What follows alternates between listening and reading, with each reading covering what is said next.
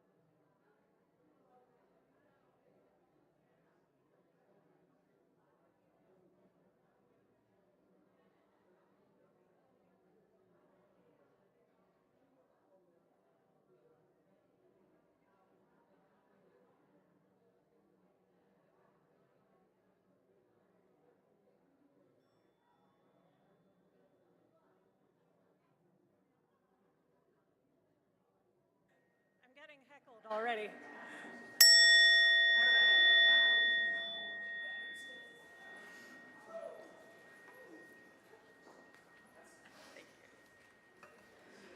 Good morning. Welcome to the First Unitarian Universal Church of Richmond, a congregation in the free faith tradition bound not by a creed, but by a covenant. My name is Karen King. I represent your board, and I am honored to serve. I'm a white woman use she, her pronouns in my mid-40s. I have reddish blonde hair, and I wear glasses, and I'm wearing a blue and white dress. Our church began in 1833 as a liberal Christian community. We are now a community of many faith journeys and beliefs under a single covenant of care. We are committed to being a deliberately diverse and fully inclusive community of adults, youth, and children. Together we explore our connection to each other, to the sacred, and to all life, and will strive to bring our values alive in this community and beyond. If you are a visitor here today, we welcome you, and we look forward to meeting you. If you have physical accessibility needs, we recommend accessing our church from the front entrance on Blayton, where the sidewalk and doors are safe and accessible. We encourage everyone to tune in to service 5 to 10 minutes early in order to catch the rolling announcements. This is a good way to stay informed about things that are important to our church community. A message from our safety committee: in the unlikely event of an emergency, please be aware of the 4 exits from the Great Hall, 2 in the back and 1 on each side in the front. If necessary, you will be directed to the nearest exit door and then to the rally point, which is the Carlin parking lot. Parents, your children will be safely escorted from the lower level classroom area to the Carlin rally point where you will meet them there. Thank you.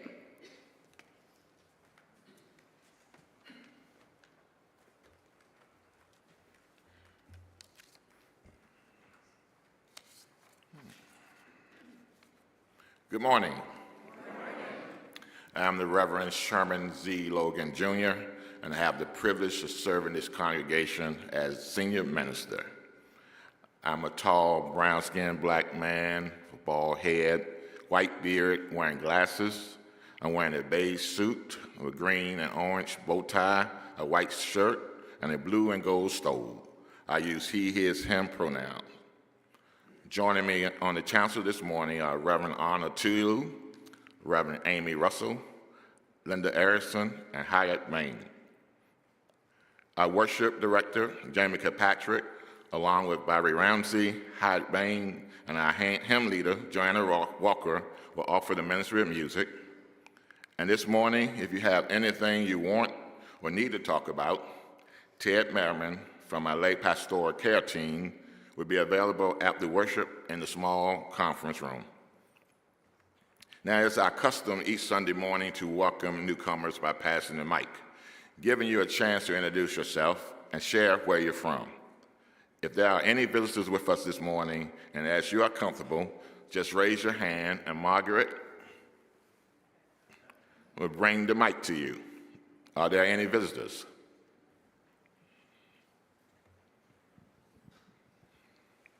Good morning. My name is Sarah Desmet, and I've just recently moved here from Manhattan, Kansas. Welcome.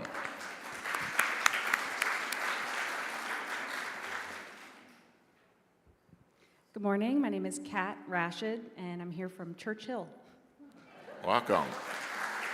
Not too far to drive.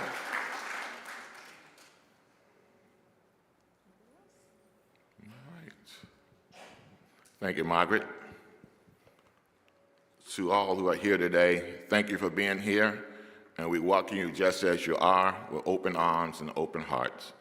Now it's time to greet our neighbors. If you're joining online, please enter your name in the chat, and those who are here in the Great Hall, please rise in body or in spirit, and let's greet our neighbors.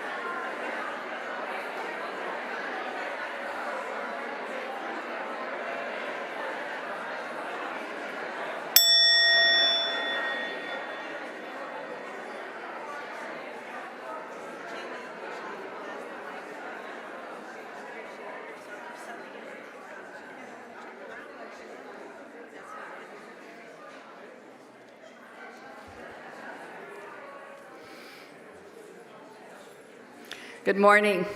Woo. My name is Reverend Amy Russell, she, her pronouns, and I am an older white woman with curly hair. And today, apparently, the color scheme is blue and white. We did not plan that. So, as many of you know, this is my last Sunday with First UU as your minister. And So I'm not going to start crying yet. Give me some time. So it's very much a bittersweet moment for me. So thank you for being here to help me to say goodbye to all of you, because you're all so special to me. As we gather here once more, let us be mindful of our presence with one another. Being here together in community is not just a privilege. It is something that's made sacred by our witnessing to each other. As our hymn declares, we gather in peace, we gather in hope, we gather in sympathy now and then, but when we gather, we are offered the possibility for transformation by the mystery that is created by our holy interbeing. Come, let us worship together.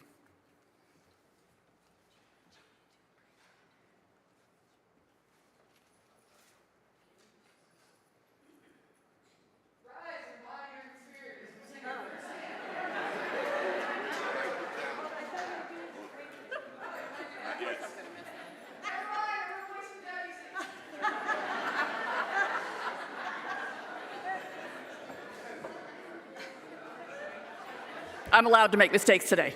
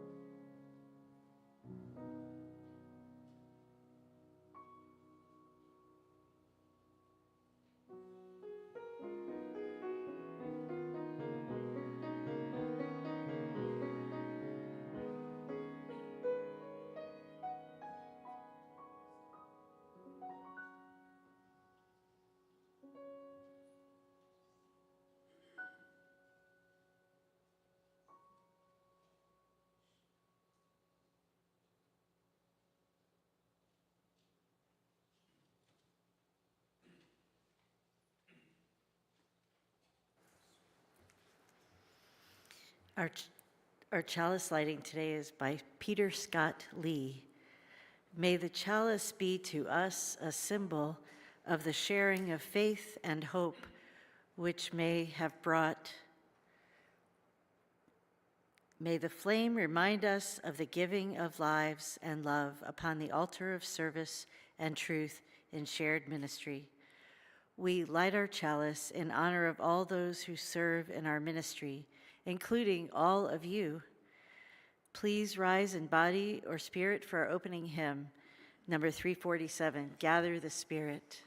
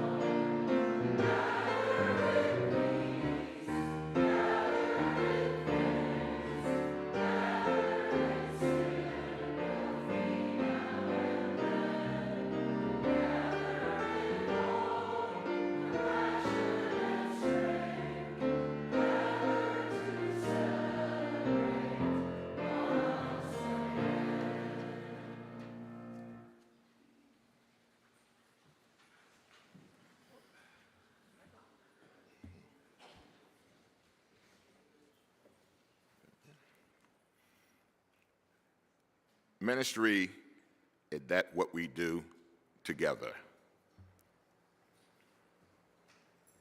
Ministry is that quality of being in community that affirms human dignity, beckons forth hidden possibilities, invites us into deeper, more constant, reverent relationships, and carries forward all our heritage of hope and liberation. Ministry is all that we do together. Ministry is what we do together as we celebrate triumphs of our human spirit, miracles of birth and life, wonders of devotion and sacrifice. Ministry is all that we do together.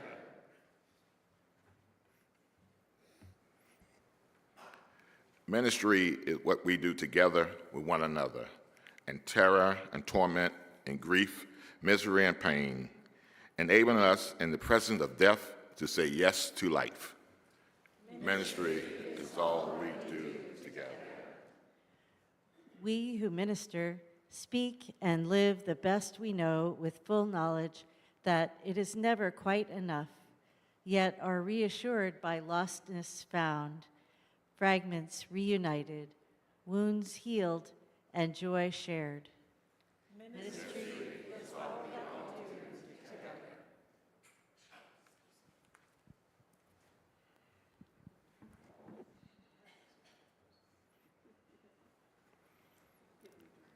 When you hear the word ministry, what comes to mind? For many people, the first image is the minister, the person on the chancel preaching a sermon, offering pastoral care, officiating at weddings and memorial services, or leading worship on Sunday mornings. And those are certainly part of ministry, but they're not the whole story. In fact, I want to suggest this morning that the most important ministry of the congregation isn't what happened because of its ministers, it happens because of its people. In our Unitarian Universalist tradition, ministry has always been bigger than one person. Ministry isn't something a minister does for a congregation, it is something a congregation does together. And that truth is beautifully expressed in Gordon McKeeman's meditation, ministry is all that we do. He reminds us that ministry is about the way we live together. It is about affirming one another's worth, discovering gifts we didn't know we possessed, deepening relationships, and carrying hope into the world. Those are beautiful words, but ministry isn't just an ideal. It has to be lived, and that's where it began. Before ministry is ever a job, it is a relationship.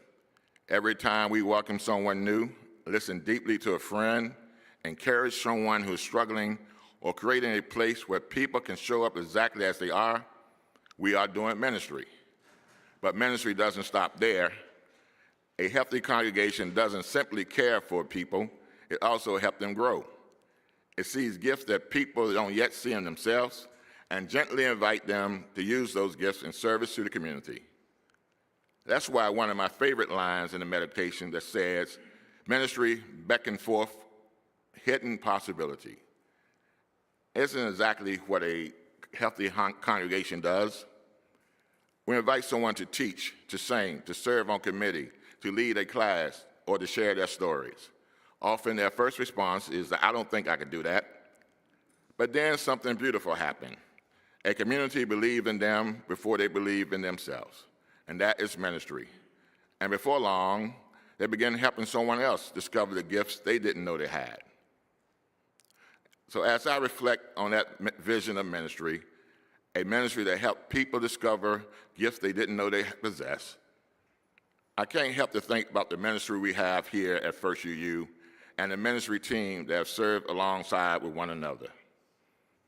I think about Reverend Amy. Her extraordinary gift for relationships, through her compassionate presence and deep listening, she has helped countless people discover the gifts they didn't always see in themselves. She reminds us that ministry began and is staying through relationship. I think about Reverend Anna, the way she continually invites us to look beyond ourselves, through her passion for justice, community partnerships, and engagement with the wider world. She reminds us that ministry doesn't end at our doors, it continues wherever love and justice needed. And as I reflect on my own ministry, I realize that one conviction has shaped nearly everything I try to do. Ministry belongs to all of us. My hope has never been simply to serve this congregation. It has been to help all of us to see ourselves as partners in ministry.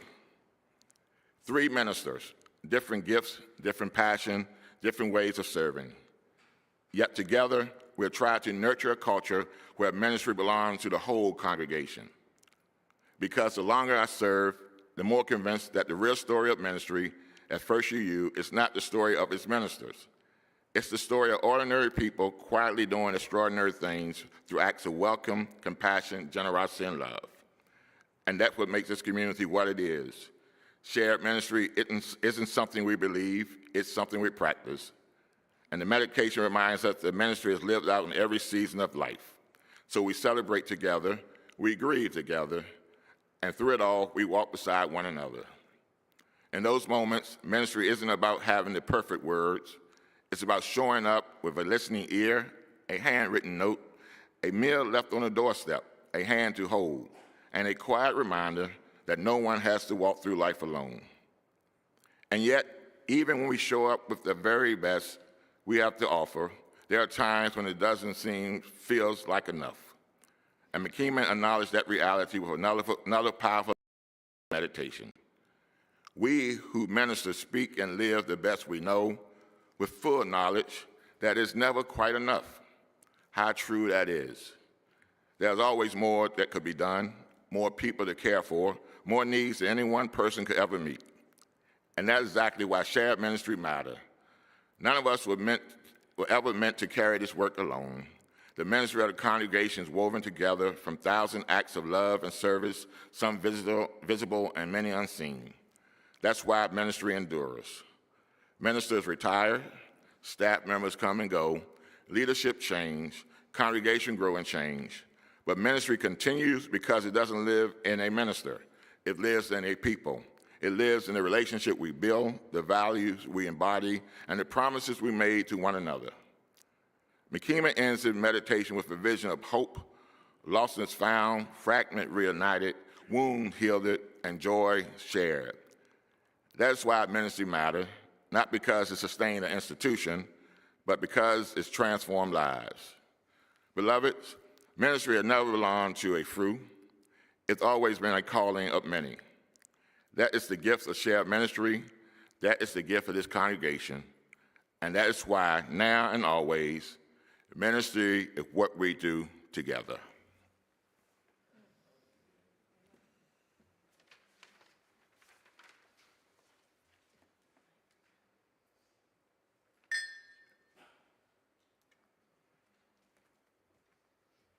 Is anyone here from the Resource Center of Greater Fulton? Brienne?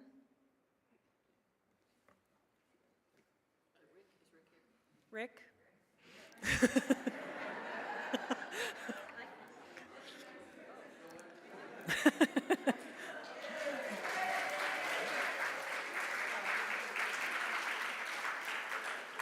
This is shared ministry in action.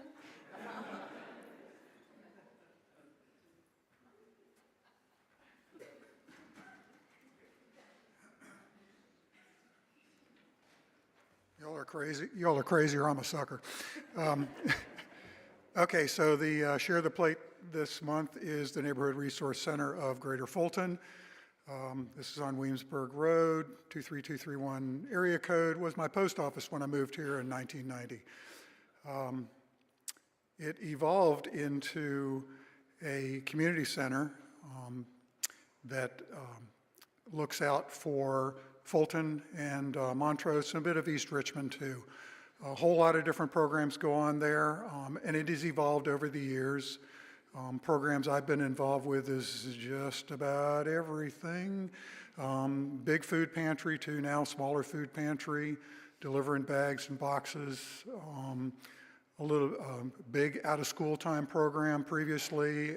I'm not sure exactly what's happening right now, but there's stuff there. Computer resources for neighbors, helping them create resumes and apply for jobs, or maybe just create an email account. So there's all those different things. It's very local.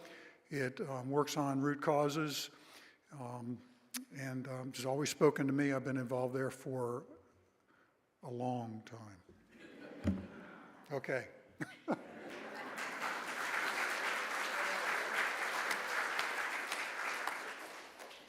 And we invite you to give generously. And on the screen in just a moment, you'll see ways to give. And in the sanctuary, the ushers will pass the baskets. And thanks for your generosity of spirit. And we'll now take the offering.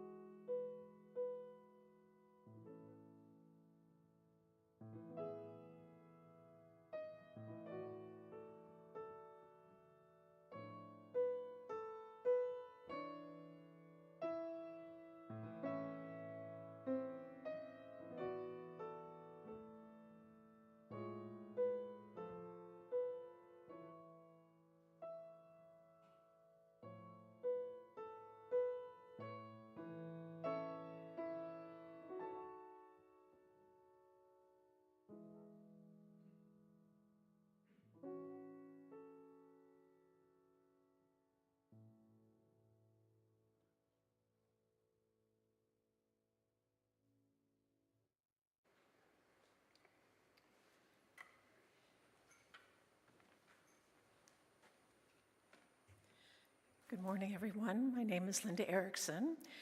My pronouns are she and her, and I'm a woman of 70 plus, and like everybody else up here, I'm dressed in blue. I was a member of the lay pastoral care team for more than 12 years, and served as a co-chair for a number of those. And I think of that particular team as really an extension of all the ministry we do.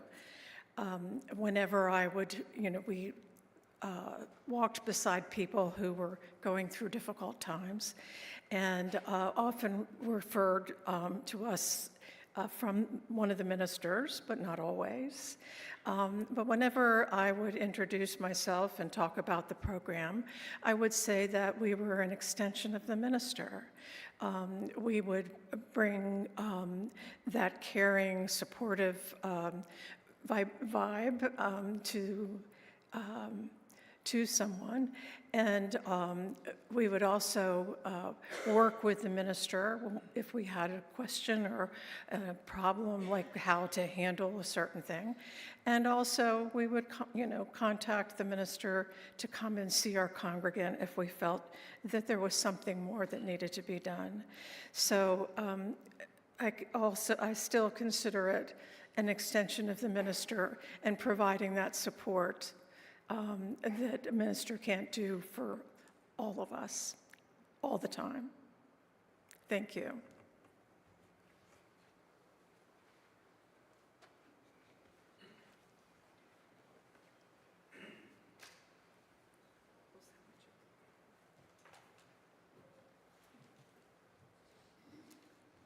Some special music.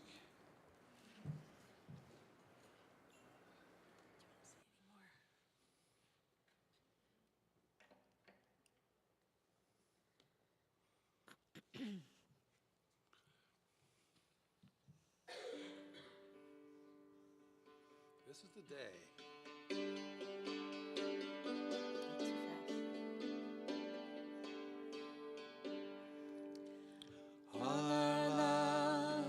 All the love we can bring,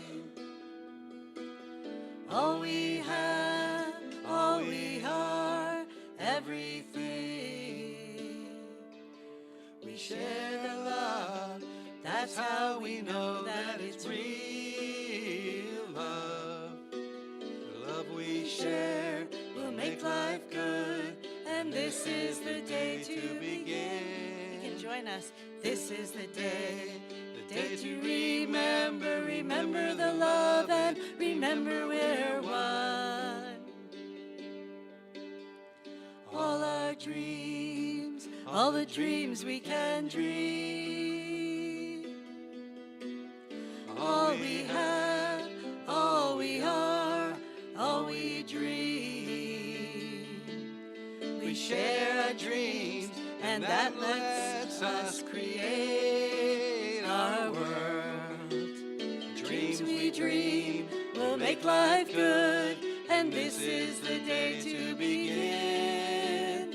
This is the day to remember, remember the love and remember we're one. There will be a quiz.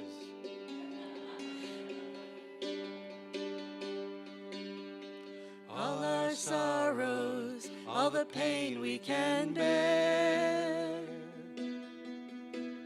All we have, all we are, all our cares.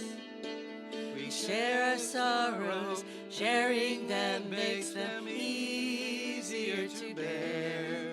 The care we bring will make life good, and this is the day to begin. This is the day to remember, remember the love, and remember we're one. All our lives, all the life we can bring. All we have, all we are, everything. We share our lives, and that means our lives are full of life and full of love. The life we make will make life good, and this is the day to begin. This is the day to remember, remember the love and remember we're one. This is the day to remember, remember the love and remember we're one.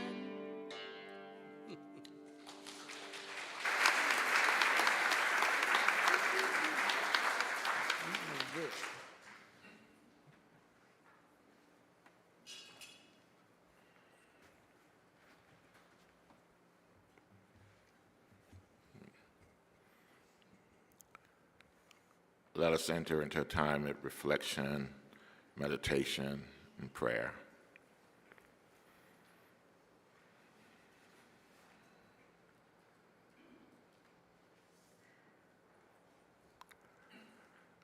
Spirit of life, God of our own understanding, each time we gather in this place, remember that none of us has to carry life alone. We come from different stories, different beliefs, different joys, and different wounds. Yet here we become a community.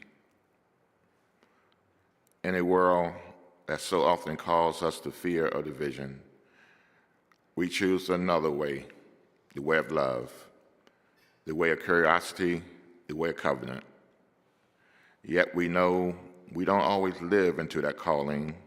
We speak before we listen. We hold too tightly to being right instead of being in relationship. Remind us that every person we meet carries a story we do not yet know. Give us the humility to keep learning and the compassion to keep growing. For all that sustains us, we give thanks.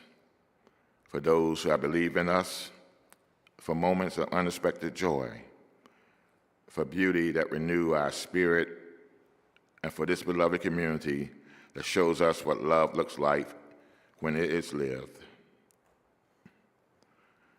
Today we hold in our hearts those who are grieving, those who are ill, those facing uncertainties, and all whose burdens are known only to themselves. May they find comfort, strength, and hope. And remind us that worship is not an escape from the world, but a preparation for living in it. Form us into a people of kindness, courage, and hope, ready to embody the love we celebrate here.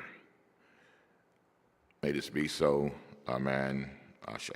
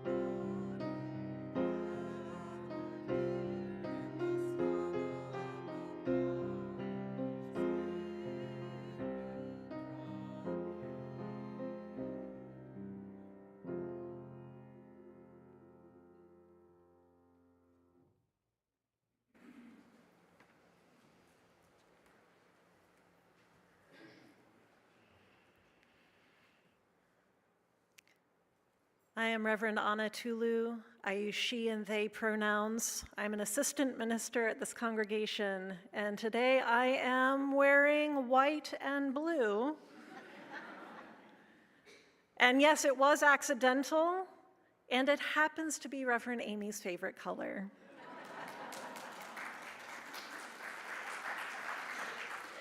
So how accidental is it really? We are getting ready to celebrate our 250th anniversary of independence. Did anyone else go to the illumination this weekend at the Virginia Museum of History and Culture? They're doing it one more time tonight. I highly recommend. Ask a neighbor who raised their hand. All of this going on right now has put me in mind of George Washington, the first president of the United States of America. Not a perfect man, but one noted for his humility and his restrained use of power. Washington spent much of his life in the public eye, and so, As the highly esteemed leader of a young nation, he understood better than most that every choice he made set a precedent, an example for those who followed after. Gathered here in the struggle and the power. In the musical Hamilton by Lin-Manuel Miranda, there is this wonderful scene in which President Washington discloses his intention to step down from the presidency at the end of his second term and not run for re-election, despite his success and popularity. Alexander Hamilton responds with horror, arguing at length, as is characteristic, that it's not a good time, that Washington's still needed, that he's beloved, and that the people might interpret it as a sign of weakness. And finally, he says, as far as the people are concerned, you have to serve. You could continue to serve.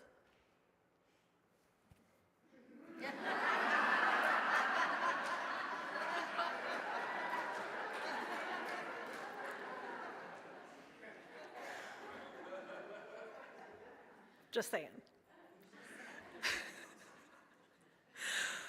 But like my esteemed colleagues seated up here,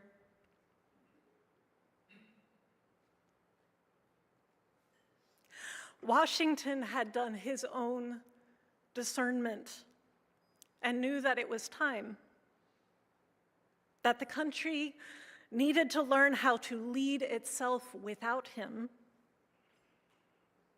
If I say goodbye, he explains, the nation learns to move on. It outlives me when I'm gone.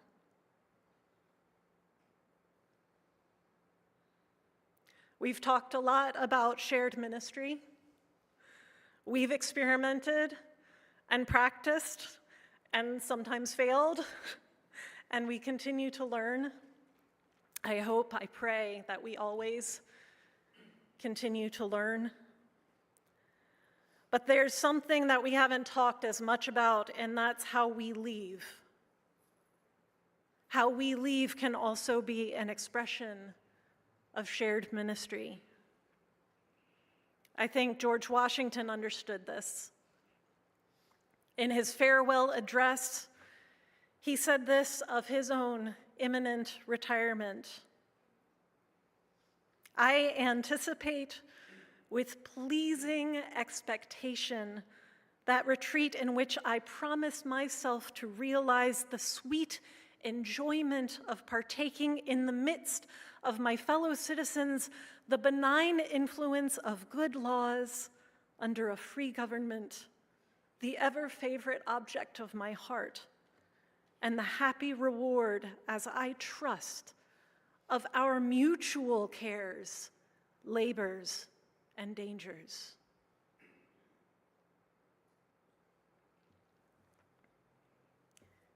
He didn't claim credit. He shared it. He saw that this was not one person. He did not become stuck in ego. Reining it in, sorry.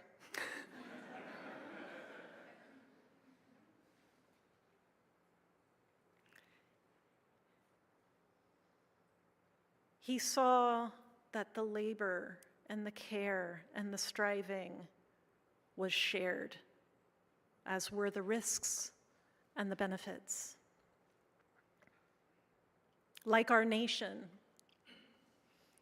everything this congregation is, everything this community is and has done, everything we learn and struggle with and grow through and grieve and celebrate, all that we are, is the work of all of us and of our congregation's ancestors. everyone who has come and gone before. All that we are is a result of our mutual cares, labors, and dangers. We aren't who we are as a community today automatically by default, but due to intentional choices and actions. The flip side of that, seeing ourselves in the continuum of past, present, and future, is that nothing we are can be taken for granted. Also relevant on a national scale. As with shared ministry, leaving well means planning for the future of the community that comes after us, ensuring that the community can continue on in a healthy way after we leave. This is true not just for ministers and staff, it's true for every person here. Leaving well takes loving intention and preparation. It means that while we are here, we are sharing knowledge and wisdom and resources, teaching and mentoring and making introductions, sharing best practices and lessons learned and where those files are kept, making room, encouraging and empowering others to learn and grow in their own understanding and service. We are sharing ministry so that when we leave, and we will all leave at some point, whether it's in 2 days or in a year, or in 10 years or 60, this community can continue to grow and learn and care and labor together without us. It's bigger than any one person. So that when we leave, we can trust in that enough to let go.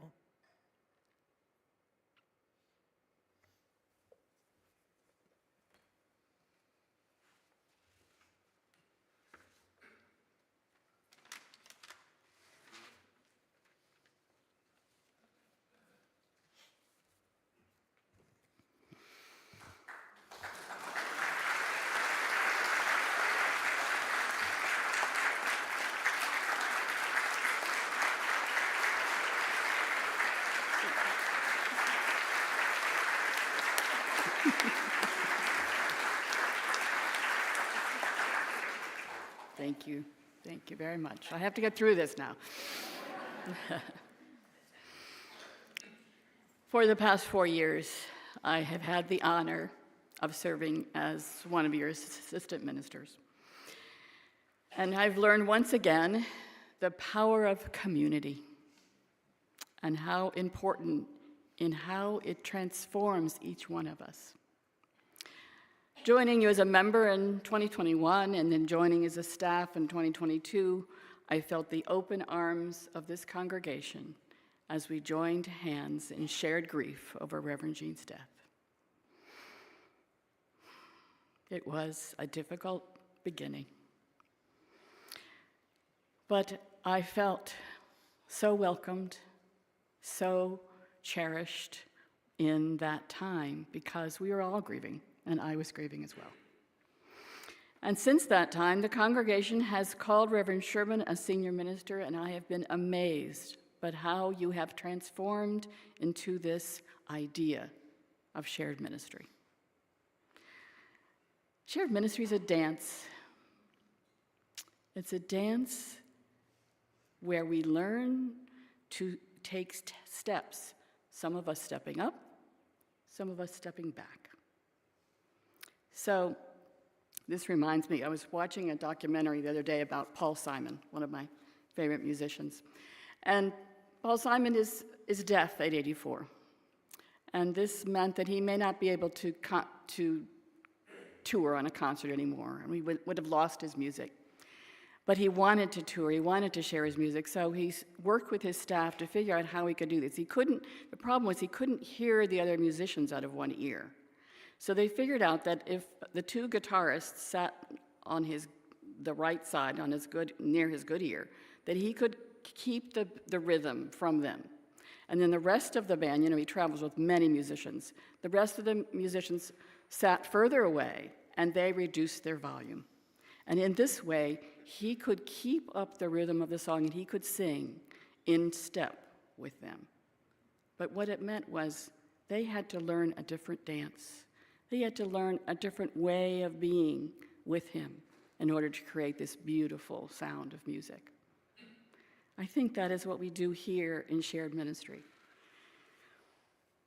Reminds me of things that we do when we hear about something that is needed in the congregation, and we work as a team to figure out either what an individual needs or what our congregation needs as a whole. For example, we had to learn, and we continue to learn, not to bring nuts to our potlucks, right? Because we don't want anyone to have a problem with that.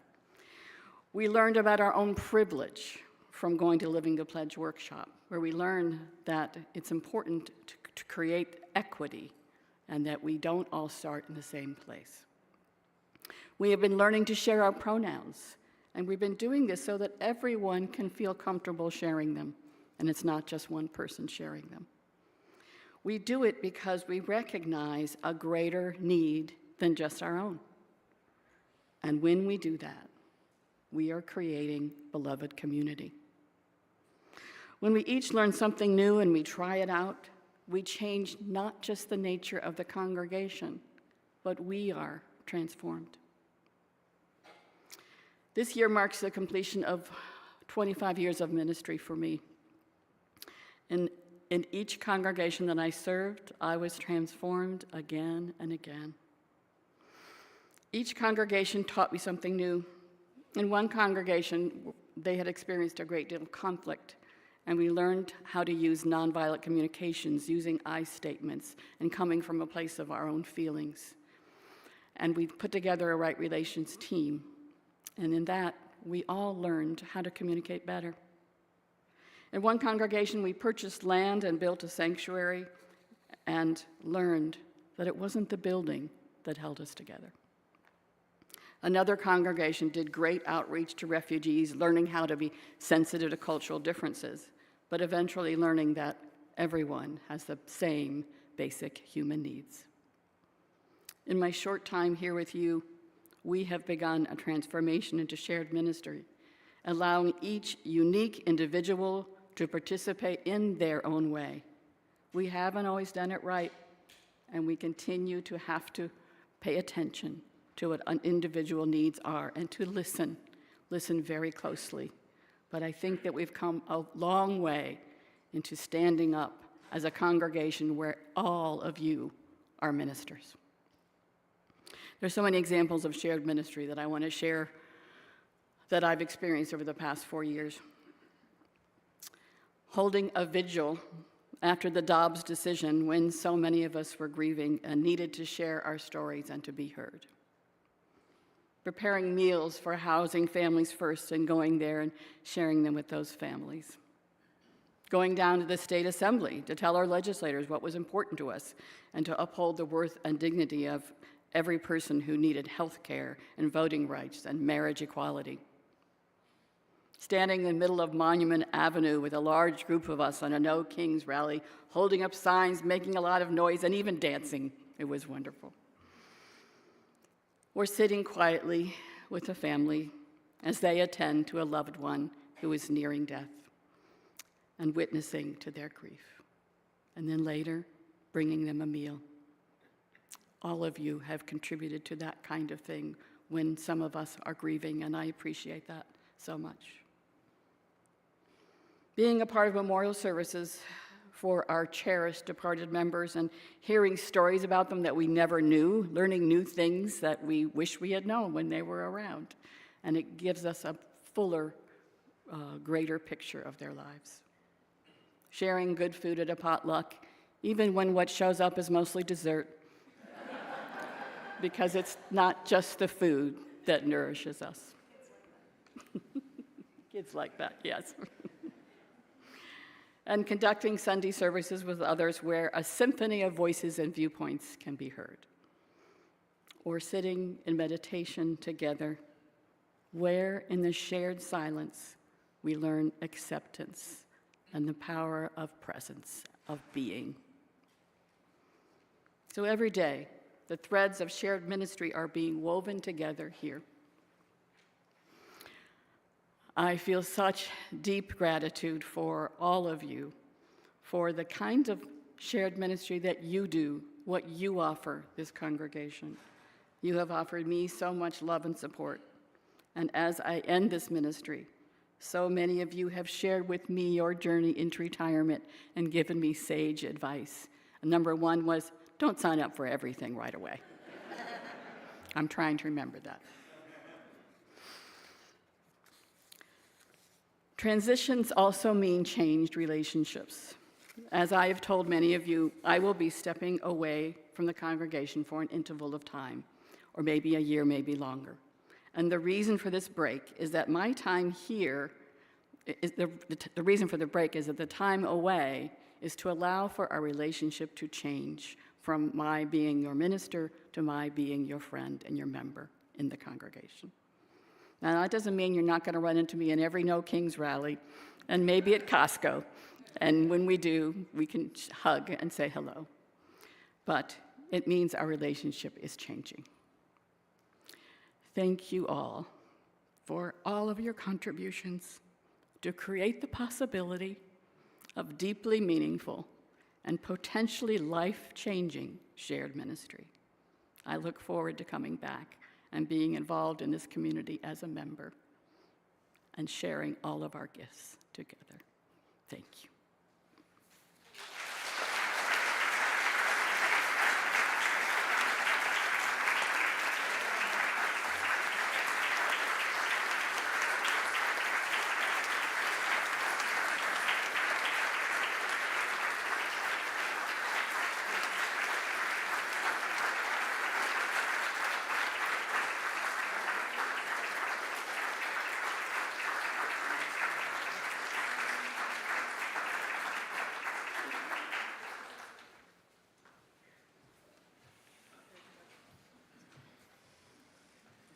More special music. As some of you may have heard, there is a holiday coming up, and I know that some of us are really weary and not particularly looking forward to some aspects of this, but we're here to maybe make a suggestion that there's still something of meaning there for everybody.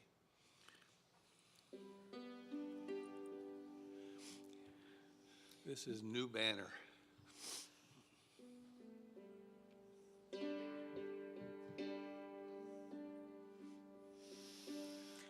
On the shore, dimly seen, through the mists of the deep, where the foe of the free in dark silence reposes. What is that which the breeze over the towering steep, as it fitfully blows, half concealed, half discloses? Now it catches the dream of the morning's first beam, in full glory reflected, now shines in our dream.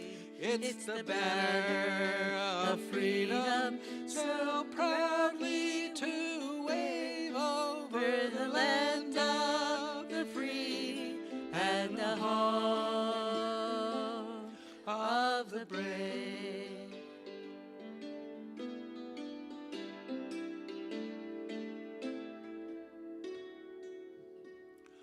Oh, thus be it ever when free people stand between those they love and the world's desolation, and abundance and peace in this promising Spirit which yet may bring us a free nation. Then our vigilance may save the impoverished and enslaved from living in fear, half preferring the grave.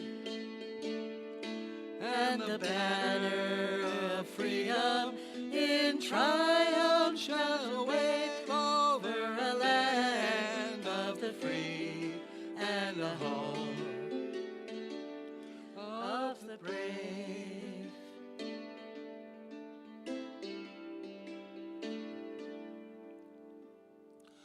Oh, say, Can you see?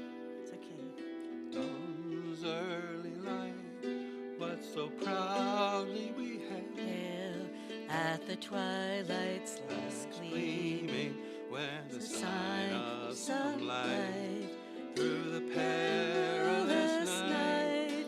All the ordeals we've been through never stopped us from dreaming liberation's ideal. Emancipation that's real gives the right to decide if we stand or we kneel.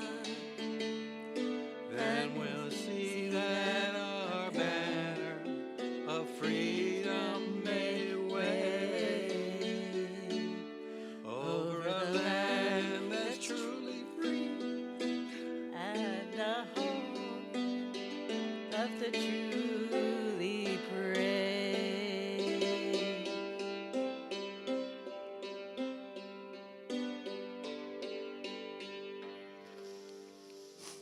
Whew.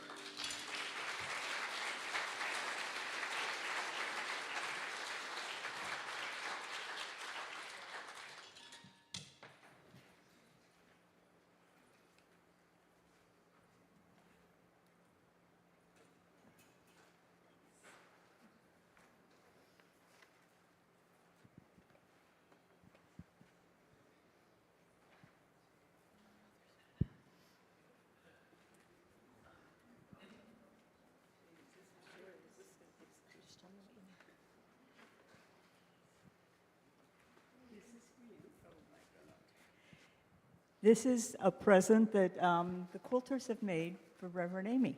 So we can open it up.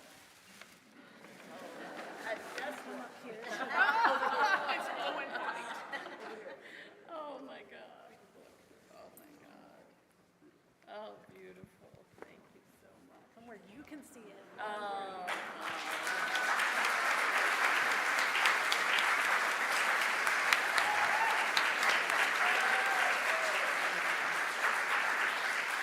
And the message we have for her, which is a label on this quilt, for Reverend Amy Russell from all of us at First UU Richmond, with deep gratitude for all the thoughtful gifts, caring, and loving support you have given us.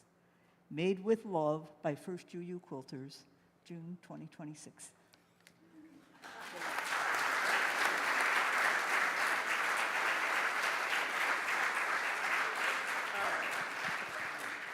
That is the most beautiful thing I've ever seen. And blue and white, blue and white. Thank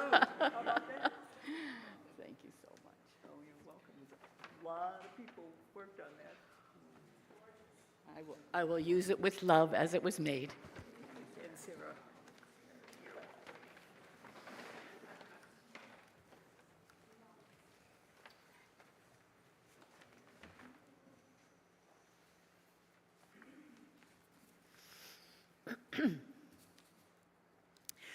We extinguish this flame, but not the light of truth, the warmth of community, or the fire of commitment. These we carry in our hearts until we are together again. Please stand as we say our benediction and sing our closing hymn. May our faith sustain us, our hope inspire us, and our love surround us as we go our separate ways, knowing that we will gather again in this beloved community. Amen. We're going to sing our closing hymn, We Laugh, We Cry, number 354.